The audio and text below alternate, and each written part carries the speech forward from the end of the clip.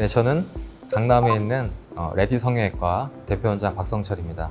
제가 주로 하고 있는 수술은 체형 성형, 가슴 지방 이식, 엉덩이 지방 이식, 골반 지방 이식, 플러스 전신 지방 흡입, 그리고 가슴 보형물 수술, 이런 것들을 위주로 수술을 하고 있고요. 개업한 지는 전문의를 따고 페이닥터를 거쳐서 오픈한 지는 6년 정도 됐습니다. 의대에 들어가기 전까지는 막연하게 그냥 집에서도 너가 의사가 됐으면 좋겠다. 근데 저도 의사가 되면 좋겠다 막연하게 생각해서 의대에 간 건 사실입니다. 그래서 의대에 들어가서 다양한 공부, 학문을 경험하고 저에게 맞는 게 무엇일까 생각을 하다가 이제 성형외과가 눈에 들어오게 됐고, 그래서 성형외과 의사가 되게 된 거죠. 제가 의사가 되고 그 의사를 통해서 환자분들에게 드릴 수 있는 게 뭘까 생각을 해보다가 이제 외형에 대해서 관심을 많이 갖게 됐어요. 그러니까 우리가 첫인상이라고 하는 처음 보자마자 어떤 느낌인지 느껴지는 그 부분을 조금 강하게 저한테 이미지가 됐고, 그래서 그 부분에 대해서 좀 더 아름답고, 그리고 만약에 문제가 있다면 복원을 하고 그런 것들을 통해서 만족을 느낄 수 있구나 생각을 해서 성형외과 의사가 되기로 했습니다.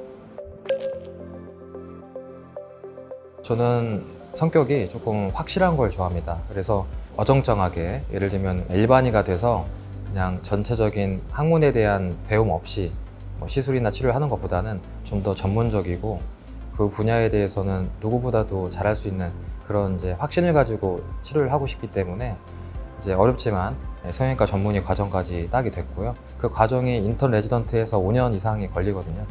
그 정도의 시간을 수련을 하고 이제 전문의를 따고 나오면 이제 보다 보는 눈과 그리고 자신감 이런 것들이 많이 늘어나게 되고, 그게 바로 이제 환자들에게도 투영이 됩니다.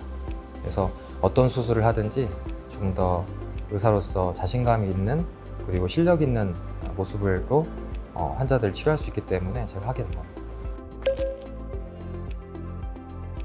일단 일반의와 전문의의 가장 큰 차이점은 전문성이죠. 그래서 어떤 수술이나 시술을 했을 때 그 분야에 대해서 정확하게 알지 못하고 경험만으로 여러 번 수차례 하는 것과, 그리고 보다 해부학적으로 정확하게 알고 수술을 한 거와는 완전히 다릅니다. 그 이유는 예를 들면 일반인들이 수술을 했는데 만약 부작용이 생겼거나 그 대처가 미흡할 수가 있어요. 근데 성형외과 전문의는 수술을 하거나 시술을 했을 때 혹여나 나올 부작용이나 그런 것들이 어느 정도 예측이 되고 그 부작용이 나왔을 때 적극적으로 그걸 치료를 할 수 있습니다. 제가 이제 수련을 했을 때는 완전히 다르다고 볼 수 있습니다. 그러니까 일반의와 전문의는 학문 자체의 깊이가 아예 다르고, 그리고 그거는 수련을 해본 사람이면 제 말에 동감할 겁니다. 일단 제 성격상 큰 수술을 하는 걸 좋아합니다. 그러니까 좀 조그맣고 약간 뿌띠 시술이라든지 이런 간단한 수술이나 시술은 저의 성격 좀 맞지 않는 것 같고, 가슴 보형물 수술이라든지 흡입이라든지 이런 큰 수술을 하는 게 제 성격상 맞고 또 잘할 수 있는 또 자신감도 있고요. 그리고 그 수술을 통해서 얻을 수 있는 환자의 만족감을 여러 차례 경험을 해서 경험적으로 그 수술이 저에게 맞다 이렇게 생각을 해서 지금까지 해온 것 같습니다. 사실은 지방 성형을 하시는 분 중에 성형외과 전문의가 있습니다. 있는데 이제 아무래도 지방 흡입이나 이식 쪽은 체력적으로 좀 힘든 부담이 있고, 눈코하고는 다르게 아무래도 시간도 오래 걸리고 그리고 부담감이 있을 수가 있어요. 그래서 그런 부담감에 따라서 성형외과 전문의들은 수술을 많이 안 하는 것 같고요. 하지만 이제 큰 병원에서 근무하시는 성형외과 전문의 선생님들도 지방 흡입이나 가슴 성형이나 이식 같은 거 많이 하게 됩니다. 근데 저처럼 이제 개인 병원으로 이제 그걸 전문으로 하는 병원이 많이는 없는 걸로 알고 있습니다.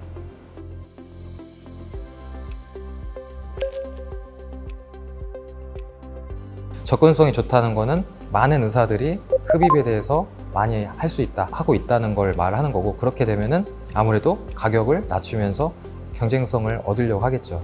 그래서 사실 좀 안타까운 면은 있는데, 사실 지방 흡입이 다른 수술과도 비슷하게 첫 수술이 잘못되면은 재수술, 세 번째 수술을 할 때 점점 더 악화되는 건 사실입니다. 그래서 첫 번째 수술이 굉장히 중요하고, 그래서 얼만큼 첫 번째 수술을 잘하느냐에 따라서 두 번째, 세 번째 수술도 얼마나 예쁘게 아름답게 나올 수 있냐가 결정이 되거든요. 근데 사실 환자분들은 그거에 대해서 조금 예민하게 굴진 않는 것 같아요. 예를 들면 눈코라든지 바로 다이렉트하게 보이는 얼굴은 조금만 좀 뭐가 잘못되면은 급격하게 환자분들이 반응을 하는데, 이제 바디는 얼굴과 다르게 조금 환자분들도 신경을 크게 쓰시진 않는 것 같고, 그래서 그런 부분 때문에 아무래도 가격 경쟁력으로 많은 의사분들이 이제 승부를 하려고 보니까 상업적으로 변하는 것 같습니다.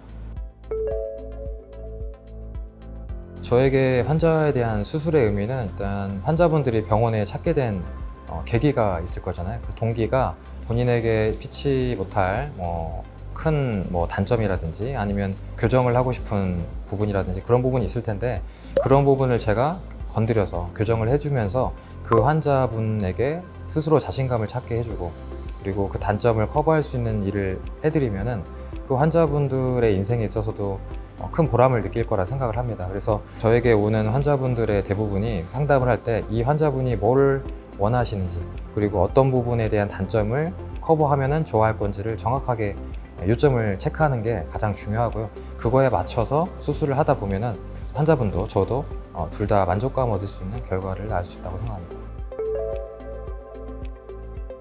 이제 의사라면 누구나 제 말에 동감을 할 텐데, 수술을 하고 나서 이제 경과 보러 올 때 저에게 이제 너무 감사의 눈빛과 아니면 선물과 아니면 친구 소개라든지 이렇게 해주시는 분들이 있을 때 보람을 느끼고요. 저 또한 그 환자분들을 볼 때 전후 사진을 비교를 합니다. 근데 제가 봐도 너무 예쁘게 잘 돼 있고 환자분도 너무 만족하시고, 이런 경우는 이제 큰 보람을 느낍니다. 일단 흔한 제2의 아버지라는 말을 들었을 때 제일 흐뭇하고요. 제가 그분에게 해드릴 수 있는 거는 수술을 해서 이제 제2의 인생을 살 수 있게끔 해줄 수 있다는 거, 그 말을 들었을 때 가장 기억에 남았던 것 같습니다.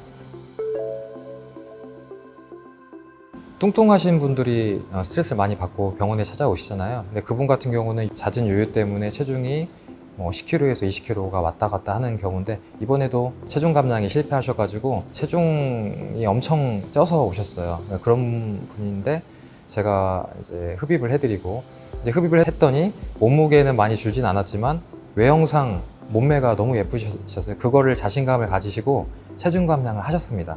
그래서 10kg, 15kg 이상을 체중 감량하고 병원에 오셨는데 다른 사람이 됐어요. 그래서 그런 분 같은 경우는 기억에 굉장히 많이 남습니다. 제가 생각하는 거는 첫 번째는 안전이고요.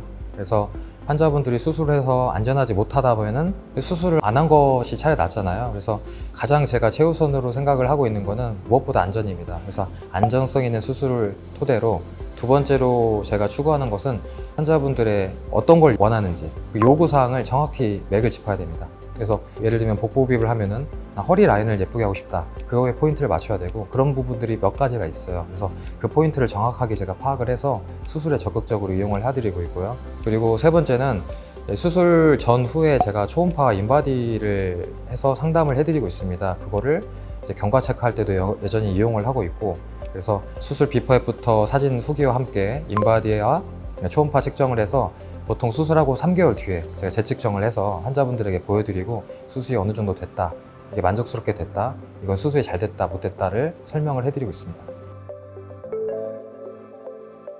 제 평소 성격대로는 상담할 때 나오진 않는 것 같아요. 왜냐면 제가 처음 보는 사람에게 어느 정도 낯가림이 있고, 제가 MBTI도 E인데 E의 성격이 나오진 않는 것 같아요.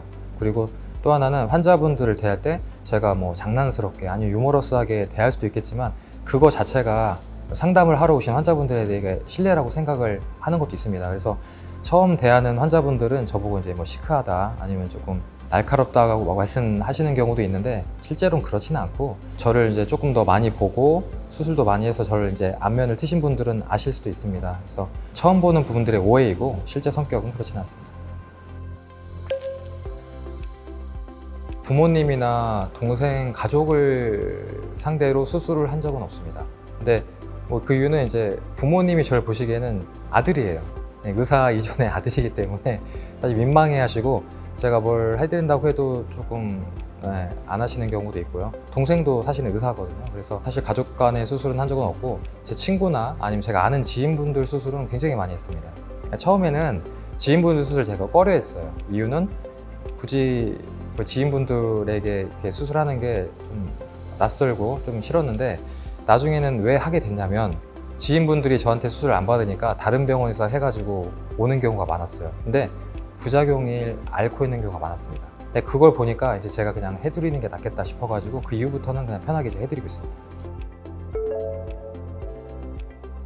일단 지방 흡입과 이식에 대해서 환자분들이 오해하고 있는 첫 번째는 엄청 큰 수술인 줄 아시는 거예요. 근데 사실 저는 이제 매일 수술을 하고 있는 사람으로서 아주 큰 수술, 물론 큰 수술이긴 합니다. 근데 제가 생각할 때 아주 큰 수술이라기보다는 이제 본인의 단점이나 좀 부족했던 부분을 좀 보완하는 수술이라고 생각을 해주시고 좀 더 예뻐진 몸매와 자신 있는 모습을 원하시는 분들은 적극적으로 병원에 내원하셔서 상담 한번 받아보시기 바랍니다.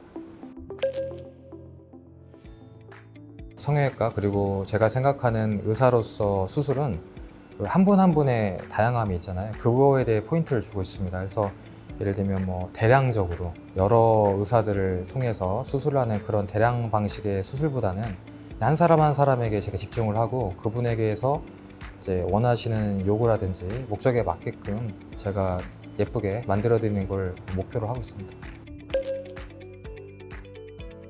부작용이 생겼을 때 그 대처 그리고 그거에 대한 재수술을 제가 완벽하게 해드릴 수 있다는 게 장점입니다. 그러니까 실제로 어떤 수술을 해가지고 실패를 했거나 만약에 크게 뭐 망가졌어도 제가 그 부분에 대해서 치료를 해드리고 고칠 수 있다는 자신감, 이게 가장 큰 장점이라고 생각합니다. 만약에 환자분들이 뭘 잘못했거나 어떤 거에 대한 컴플을 말씀하시면 그 또한 저의 스스로도 이제 자책이 드는 정도로 그런 정도로 제가 수술을 임하고 있기 때문에 그런 부분들이 이제 실제로 수술할 때 드러나고 그런 것들이 쌓일 때 이제 부작용 없는 안전한 수술을 할 수 있게 된다. 그렇게 생각을 하고 있고 그렇게 수술하고 있습니다. 지방 흡입이나 지방 이식은 조각하는 거라고 생각해요. 이제 우리가 학생 때 비누 조각 같은 거 해봤잖아요.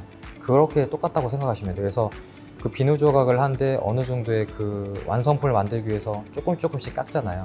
지방 흡입도 무조건 많이 뽑는 게 능사가 아니라 그 몸매에 맞게 그 체형에 맞게 조각을 내서 그 몸매의 최적의 모형을 만드는 일이라고 생각을 하면서 그렇게 수술하고 있습니다. 네네, 네, 수고하셨습니다. 네. 예, 끝났습니다. 아, 근데 더워가지고.